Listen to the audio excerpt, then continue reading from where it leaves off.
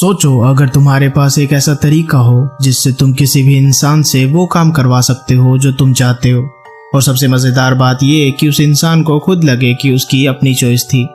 किसी ने उसे मजबूर नहीं किया बल्कि उसने अपने मन से किया।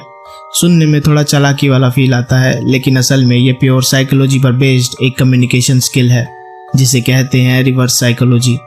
ये स्किल स्कूल में नहीं सिखाई जाती, वहाँ हमें मोरल साइंस पढ़ाया जाता है, ऑनेस्टी, ट्रुथ और सीधी बात करने की आदत डाली जाती है। लेकिन असल ज़िंदगी में, खासकर जब लोगों के बिहेवियर को इन्फ्लुएंस करने की बात आए, तो ये टेक्निक कई बार गोल्ड माइन साबित होती है। ये रिलेशनशिप में काम आती है, बिजनेस डील्स में काम आती है, नेगोशिएशन में काम आती है। दरअसल रिवर्स साइकोलॉजी का मतलब है सामने वाले को ऐसी बात कहना जो ऊपर से तो उल्टी लगे, लेकिन अंदर से वही रास्ता खोले जो तुम चाहते हो।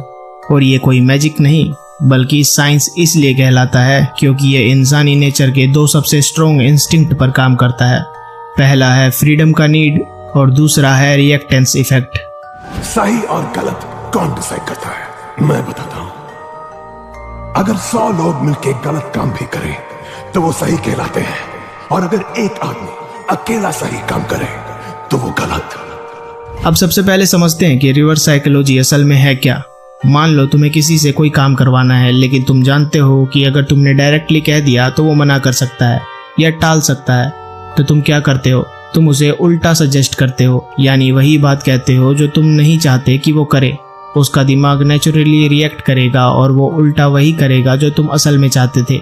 ये ऐसा है जैसे बच्चा होमवर्क नहीं कर रहा और तुम उसे कामली बोल दो, कोई बात नहीं मत करो, वैसे भी शायद तुम इतना अच्छा नहीं कर पाओगे। अब बच्चे के अंदर प्रूव करने का इंस्टिंक्ट जग जाएगा, ईगो ट्रिगर होगा और वो होमवर्क करने बैठेगा। या फिर मान लो तुम्हारा दोस्त किसी पार्टी में आने के मूड में नहीं है, तो तुम कैजुअली कह दो तू तो आएगा ही नहीं, वैसे भी बोरिंग लगेगा तुझे।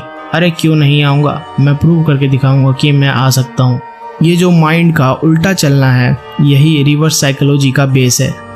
नौटंकी और छल नौसिखियों के समझ के बाहर है और हम जैसों के लिए नहीं। ये टेक्निक क्यों काम करती है, इसके पीछे का रीजन काफी इंटरेस्टिंग है। इंसान को अपनी फ्रीडम बहुत प्यारी होती है, वो अपनी चॉइस खुद लेना चाहता है। जब उसे लगता है कि कोई उसकी चॉइस लिमिट कर रहा है या उसे इनडायरेक्टली कह रहा है कि तुम ये नहीं कर सकते, तो उसके दिमाग में रिएक्टेंस नाम का एक इमोशनल रिएक्शन ट्रिगर होता है। रिएक्टेंस बेसिकली रिबिलियन मोड है। जब कोई हमें रोकने की कोशिश करता है तो हम उसका उल्टा करने का मन करता है। यही रीजन है कि छोटे बच्चे को अगर कहो ये मत छूना, तो उसका सबसे पहला इंस्टिंक्ट होगा उसे छूने का। यही रीजन है कि लग्जरी ब्रांड्स अब अपने एड्स में लिखते हैं नॉट फॉर एवरीवन, तो लोग और ज्यादा खींचे चले आते हैं क्योंकि उन्हें लगता है कि ये चीज एक्सक्लूसिव है और उन्हें प्रूव करना है कि वो उस स्पेशल कैटेगरी में आते हैं। हम में से हर एक को एक रास्ता चुनना पड़ता है। अपनी असली पहचान अपना लो, तुम्हें उस रास्ते पर चलने में आसानी होगी। इंसान भरोसे लायक नहीं होते। ये सब इंसान की फितरत में है कि वो झूठ बोलता है, शॉर्टकट अपनाता है, थक जाता है, गलतियां करता है। अब सवाल ये है कि ये कहां कहां काम आ सकती है। पेरेंटिंग में तो ये टेक्निक बहुत काम आती है। बच्चा अगर स्टबर्न है तो डायरेक्ट कहने से उल्टा असर होता है, लेकिन इनडायरेक्ट चैलेंज देने से वो काम खुद कर लेता है। सेल्स और मार्केटिंग में ये बहुत पावरफुल है। किसी प्रोडक्ट को एक्सक्लूसिव या लिमिटेड एडिशन बोल दो तो लोग उसे लेने के लिए दौड़ पड़ते हैं। नेगोशिएशन में भी ये काम आता है। मान लो आप कार बेच रहे हो तो कैजुअली कह दो शायद ये मॉडल आपके लिए नहीं है, ये सीरियस बायर के लिए है। अब सामने वाला आपको प्रूव करने के लिए उस कार को खरीदने का मूड बनाएगा। रिलेशनशिप में भी ये सबटल तरीके से काम करता है। जैसे पार्टनर से कह दो तुम तो मेरे लिए ये काम करोगे नहीं, और वो प्रूव करने के लिए वो काम कर देगा। उन्हें फिलहाल तुम्हारी जरूरत है, जब नहीं रहेगी तो निकाल फेंकेंगे दोस्त, दूध से मक्खी की तरह। लेकिन ध्यान देना जरूरी है कि हर जगह ये काम नहीं करता। सबसे पहले आपको सिचुएशन समझनी होगी। रिवर्स साइकोलॉजी स्टबर्न या कॉम्पिटिटिव नेचर के लोगों पर अच्छे से काम करती है। अगर सामने वाला बहुत पैसिव या इनडिफरेंट है तो शायद उल्टा रिएक्शन ही ना करे। दूसरा स्टेप है इनडायरेक्ट सजेशन देना। सीधा ऑर्डर या कमांड मत दो, बल्कि कैजुअल टोन में ऐसा कहना जिससे लगे कि आप डाउट कर रहे हो या मना कर रहे हो। तीसरा स्टेप है इमोशनल ट्रिगर का इस्तेमाल। ईगो, क्यूरियोसिटी या चैलेंज को लाइटली टच करो। चौथा है कंट्रोल बनाए रखना। ये मत कहो कि आपने उल्टा बोला और सामने वाले ने सच में वही कर दिया जो आप नहीं चाहते थे, वरना गेम उल्टा पड़ सकता है। अब कुछ रियल लाइफ एग्जांपल लेते हैं। मार्केटिंग में लग्जरी ब्रांड का ऐड होता है नॉट फॉर एवरीवन, और इसका रिजल्ट लोग सोचेंगे कि ये खास चीज़ है, हर किसी के लिए नहीं है, और इसे पाना उनके स्टेटस को बढ़ाएगा तो डिमांड और बढ़ जाएगी। नेगोशिएशन में कार सेलर कहता है शायद ये मॉडल आपके लिए नहीं है, ये ज़्यादा सीरियस बायर के लिए है। इसका रिजल्ट बायर्स प्रूव करने के लिए और स्ट्रॉन्गली खरीदने का मन बनाते हैं। रिलेशनशिप में पार्टनर कैजुअली कह देता है तुम तो मेरे लिए ये काम कर ही नहीं सकते, और दूसरा पार्टनर प्रूव करने के लिए वो काम करने लगता है। लेकिन हर स्किल की तरह रिवर्स साइकोलॉजी के भी कुछ गोल्डन रूल्स हैं। इसे हर बार इस्तेमाल मत करो, वरना लोग पैटर्न पकड़ लेंगे और फिर इसका असर 0 हो जाएगा।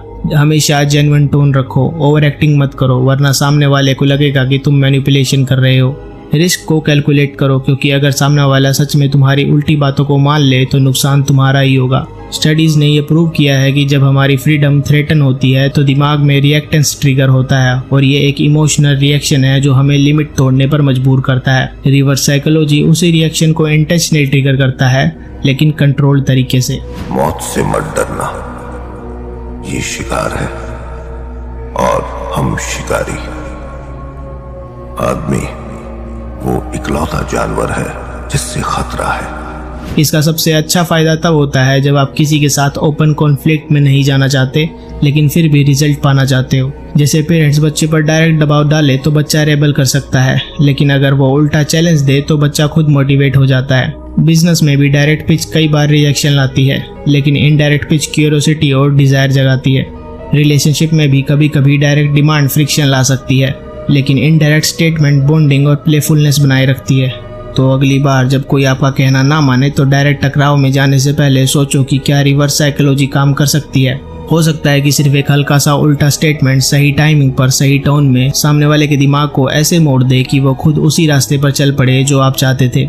याद रखो, ये मैजिक नहीं है, ये साइंस है, और जैसे हर साइंस एक्सपेरिमेंट में प्रिसीजन जरूरी होता है, वैसे ही रिवर्स साइकोलॉजी में भी राइट बैलेंस और राइट डिलीवरी जरूरी है।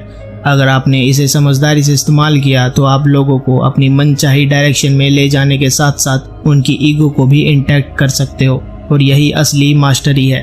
काम भी हो जाए और रिश्ता भी अच्छा बना रहे। तुम बस यही सोचते रहो कि लोग तुम्हारे बारे में क्या सोचेंगे। मुझे कोई फर्क नहीं पड़ता लोग क्या सोचते हैं। तुम सिर्फ बोलते हो कि तुम्हें कोई फर्क नहीं पड़ता। हाँ, फर्क पड़ता है। शेर कभी भेड़ों की सोच की परवाह करके अपनी चाल नहीं बदलता है। अपनी किस्मत खुद अपने हाथों से ही लिखो, ना ही अगले साल, ना कल, बल्कि अभी।